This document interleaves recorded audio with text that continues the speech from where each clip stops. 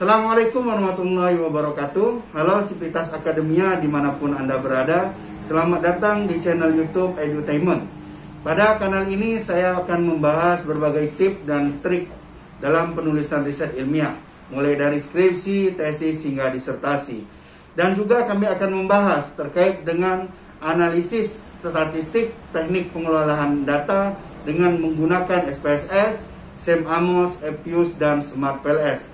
Sahabat Akademia, pada kesempatan kali ini saya akan membahas bagaimana cara menurunkan skor plagiarisme dengan cara parafrase. Sahabat Akademia, seperti yang sudah banyak diketahui bahwa mahasiswa saat ini baik dari skripsi, tesis, bahkan disertasi memiliki standar untuk copy paste atau comot-comot ya, yang dikenal dengan plagiat ya. Nah, toleransi plagiarisme di masing-masing kampus baik PTN maupun PTS itu berbeda-beda. Ada yang 30%, ada yang 25%, ada yang 20% atau di bawahnya, tergantung pada kebijakan kampusnya. Jadi simak terus penjelasannya bagaimana sih cara menurunkan skor plagiarisme dengan menggunakan parafrase. Oke, sebelum kita masuk ke apa sih itu caranya dengan parafrase ya, kita harus mengenal dulu plagiarisme itu sendiri apa sebenarnya. Jadi plagiarisme atau disebut dengan plagiat itu adalah penjiplakan atau pengambilan karya karangan pendapat dari orang lain untuk dijadikan karangan sendiri. Nah, singkat kata bisa kasarnya dikatakan pencurian karangan milik orang lain. Jadi dapat juga diartikan sebagai pengambilan karangan orang lain kemudian dijadikan seolah-olah miliknya. Jadi banyak terjadi di antara peneliti itu, terkadang orang sudah meneliti sebuah karya tulis ilmiah dengan judul yang sudah bagus gitu ya.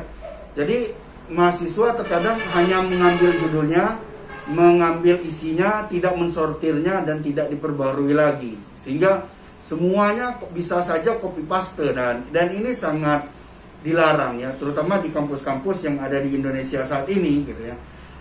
Karena kampus-kampus yang ada di Indonesia itu ya, baik maupun PTN maupun PTS gitu ya, sudah memiliki standar sendiri terkait dengan toleransi plagiarisme, sehingga menjadi penting bagi seorang akademisi ya ketika membuat karya tulis ilmiah, baik itu skripsi, tesis maupun disertasi, dia harus mengetahui seberapa besar skor plagiarismenya, sehingga bisa kita ketahui seberapa besar sih hasil penjiplakannya.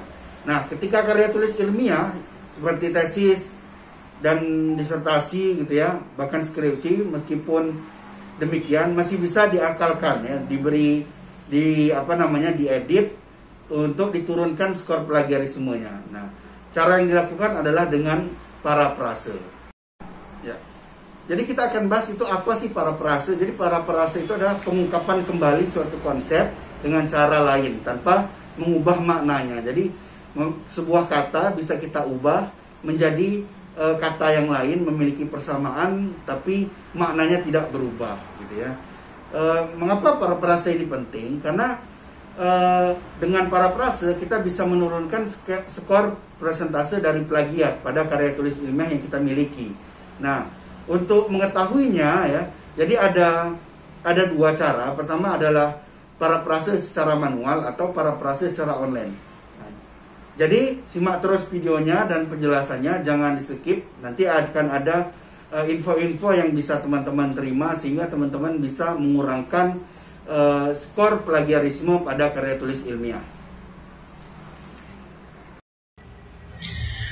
Baik, sahabat akademia, ya kita akan coba mempraktekkan parafrase dari hasil Turnitin atau plagiarisme yang sudah dilakukan ya. Jadi kalau misalnya sahabat akademia ingin mengecek, cuman untuk mengecek ini memang berbayar ya. Jadi usahakan ya kalau mau gratis silahkan ke kampusnya, kemudian minta file hasil Turnitinnya agar bisa di parafrase sendiri. Jadi kalau mau Turnitin ya. Untuk mengetahui skor Paraprase bisa kunjungi di turnitin.com. Ini biasanya secara umum oleh kampus-kampus di Indonesia khususnya ya, baik PTN maupun PTS menggunakan www.turnitin.com. Jadi di sini bisa ngecek secara langsung skor Paraprase dari riset ilmiah yang sedang dikerjakan gitu ya. Jadi biasanya Paraprase itu terjadi di bab 1, bab 2, bab 3, bab 4 dan bab 5. Biasanya sekarang untuk yang terbaru sampai bab 5. Kalau sebelumnya hanya bab 1, bab 2 dan bab 3 gitu ya. Nah, untuk penurunan skor Paraprase, kita akan menggunakan dengan Paraprase itu sendiri ya. Jadi kita akan memparaprasekan kalimat-kalimat dalam proposal, kemudian secara manual dulu. Jadi Paraprase manual itu ya, itu kita melakukan secara mandiri dengan cara membaca secara utuh kalimatnya, kemudian kita bangun kalimatnya dengan kalimat kita sendiri. Jadi tidak tidak menggunakan kalimat yang memang sudah ada. Jadi kalimat yang ada kita baca secara utuh, kemudian kita paraprase, kita ganti kalimatnya dengan kata-kata kita sendiri. Namun yang jadi catatan adalah gunakanlah kata-kata yang baku. Itu jadi catatan ya. Jadi tetap gunakan kata yang baku atau kaidah bahasa yang baik dan benar. Nah, di sini saya sudah punya file. Di sini saya tidak usah perlu mempraktekkan, nanti teman-teman minta saja di kampusnya bagaimana cara uji Turnitin. Untuk Turnitin nanti kampus pihak perpustakaannya akan langsung melakukannya ya. Di sini saya akan mempraktekkan langsung bagaimana Paraprase. Pertama kita Paraprase manual. Nah, di sini ya, di kalimat yang saya blok ini kita akan ubah sebagian misalnya ya. Di sini ada kalimat usaha kecil adalah usaha ekonomi produktif yang berdiri sendiri, yang dilakukan oleh perorangan atau badan usaha yang bukan merupakan anak perusahaan atau bukan cabang perusahaan yang dimiliki, dikuasai atau menjadi bagian, baik langsung maupun tidak langsung, dari usaha menengah atau usaha besar untuk memenuhi kriteria usaha kecil. Ya. Nah, untuk Paraprase secara manual ya, di sini kan jelas usaha kecil tidak bisa kita ubah ya. Usaha kecil kita ubah kalimat adalah menjadi merupakan. Yang merupakan, kita tambah kata di sini jenis usaha ekonomi produktif yang berdiri sendiri. Ya, jadi sudah ada kalimat merupakan jenis yang baru ya. Nah, kalau bisa diganti yang lain, misalnya yangnya ini kalau nggak terlalu penting dihapus saja. Jadi usaha kecil merupakan jenis usaha produktif, ekonomi produktif berdiri sendiri. Jadi, nah di sini ya bisa kita ganti juga. Nah, ya, yang dilakukan oleh perorangan, nah, kita ganti jadi lebih ini ya, lebih menggunakan Paraprase kita sendiri. Artinya bahwa orang perorangan atau badan usaha yang bukan ya, yang bukan merupakan, kita ganti jadi bagian dari anak perusahaan. Nah, ini bisa diganti ya. Kita pindah misalnya kalimatnya. Nah, jadi bisa dengan memindah katanya, yang depan jadi belakang. Itu yang belakang jadi depan seperti ini juga ya. Jadi tadinya anak perusahaan atau bukan cabang. Nah, ini saya ganti jadi bukan bagian dari cabang perusahaan atau bukan anak perusahaan yang dimiliki. Nah, atau menjadi bagian baik secara langsung, nah ini ya, yang dimiliki dan dikuasai. Ini bisa kita tambah dengan kalimat dan, atau menjadi bagian, atau menjadi bagian, atau kita ganti jadi termasuk di dalam perusahaan. Nah, ini jadi udah berubah kan kalimatnya, atau termasuk di dalam perusahaan baik langsung maupun tidak langsung. Nah, maupun bisa kita ganti ataupun. Jadi katanya berubah tapi maknanya tidak gitu ya. Jadi sama. Jadi kalimat yang utuh tadi walaupun berubah katanya dan kalimatnya secara utuh berubah, tapi makna yang ingin disampaikan tidak berubah ataupun tidak langsung dari usaha menengah atau usaha besar yang memenuhi kriteria usaha kecil. Nah, di sini kita sudah dari satu penggalan kalimat ini kita sudah banyak merubah katanya dan membalikkan kata-katanya. Nah, itu yang disebut dengan paraprase. Nah, selanjutnya kita coba yang bawahnya ya. Usaha menengah merupakan usaha ekonomi produktif berdiri sendiri. Kita hapus juga. Dilakukan, nah ini ya, kita ganti. Artinya dilakukan oleh. Jadi ada perbedaan ya. Kalau di atas tadi artinya bahwa orang perorangan atau badan usaha. Nah, kita ganti di kalimatnya agar tidak sama gitu ya. Jadi artinya dilakukan oleh orang perorangan atau badan usaha yang bukan merupakan anak perusahaan. Jadi seperti itulah kurang lebih paraprase secara manual ya.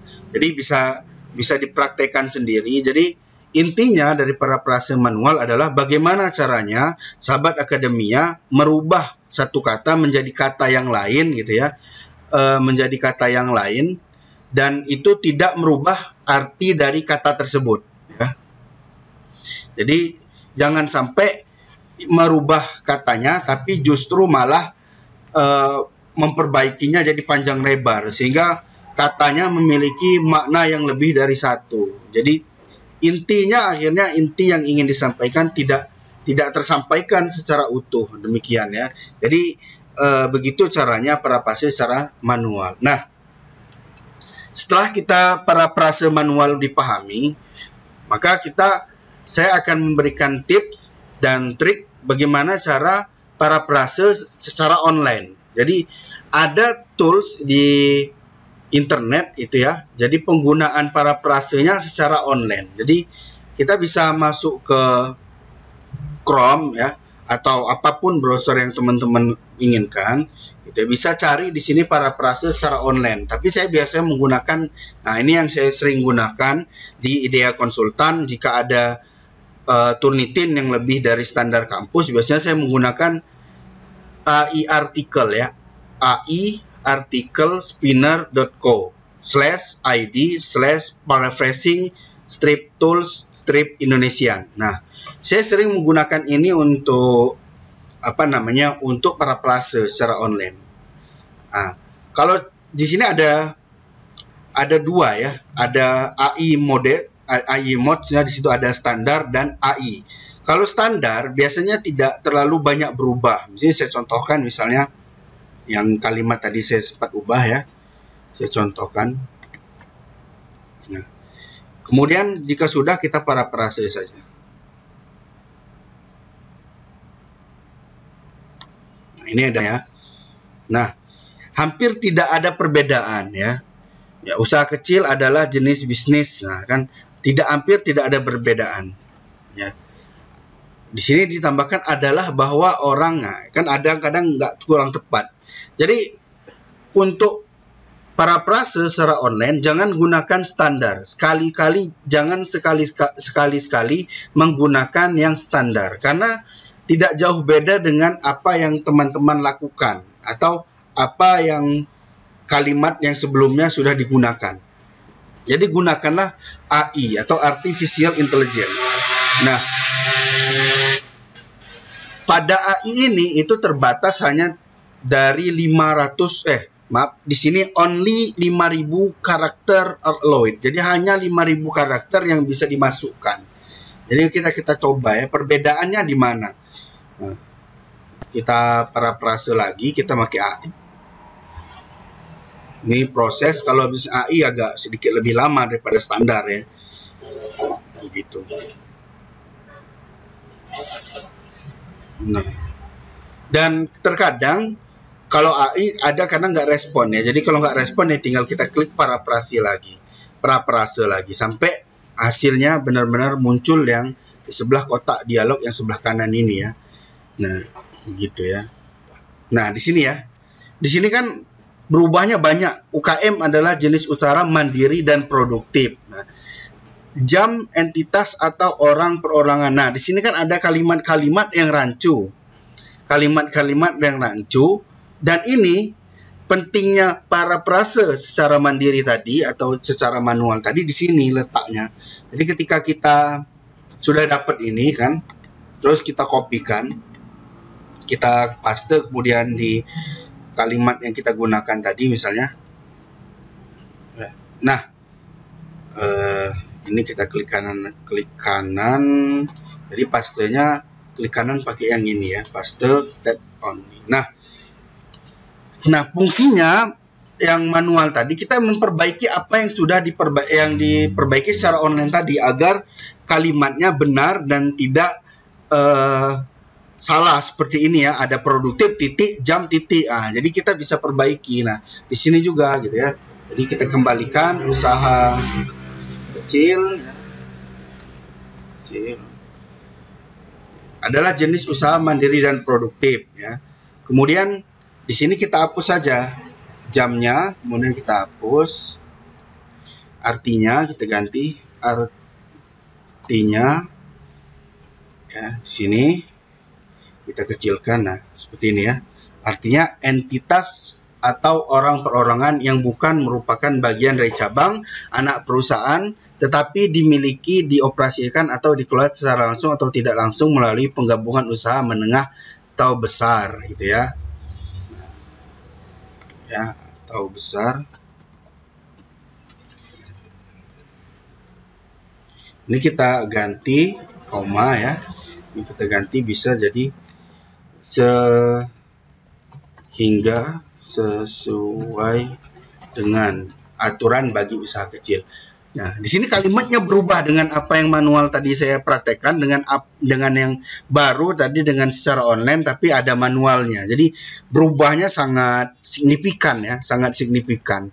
Nah, itu cara parafrase. Jadi bisa dipahami ya nanti kalau teman-teman mau parafrase mengurangi skor plagiarisme begitu caranya. Ada manual, ada online. Jadi kerjanya 2 kali dong.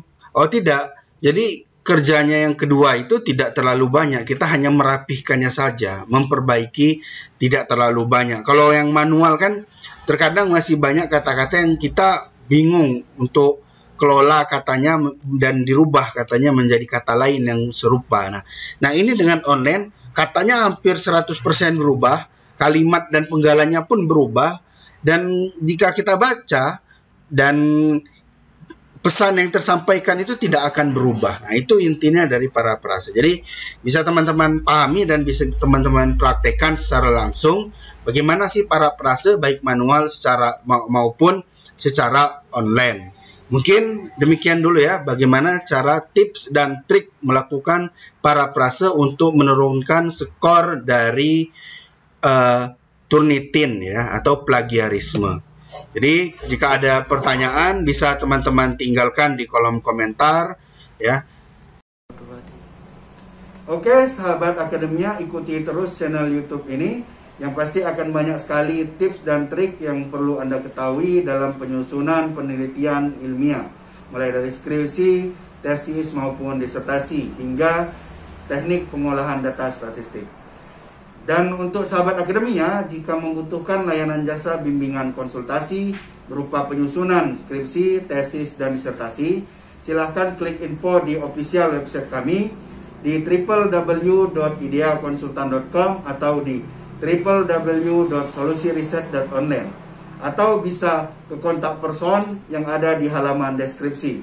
Jika tayangan ini bermanfaat, silahkan klik tombol like dan share kepada sahabat akademia lainnya, dan jangan lupa klik tombol subscribe dan bunyikan loncengnya agar tidak ketinggalan trik dan tips terkait dengan penulisan ilmiah selanjutnya. Dan jika masih ada banyak pertanyaan, silahkan tinggalkan di kolom komentar. Demikian, terima kasih. Sampai jumpa. Wassalamualaikum warahmatullahi wabarakatuh.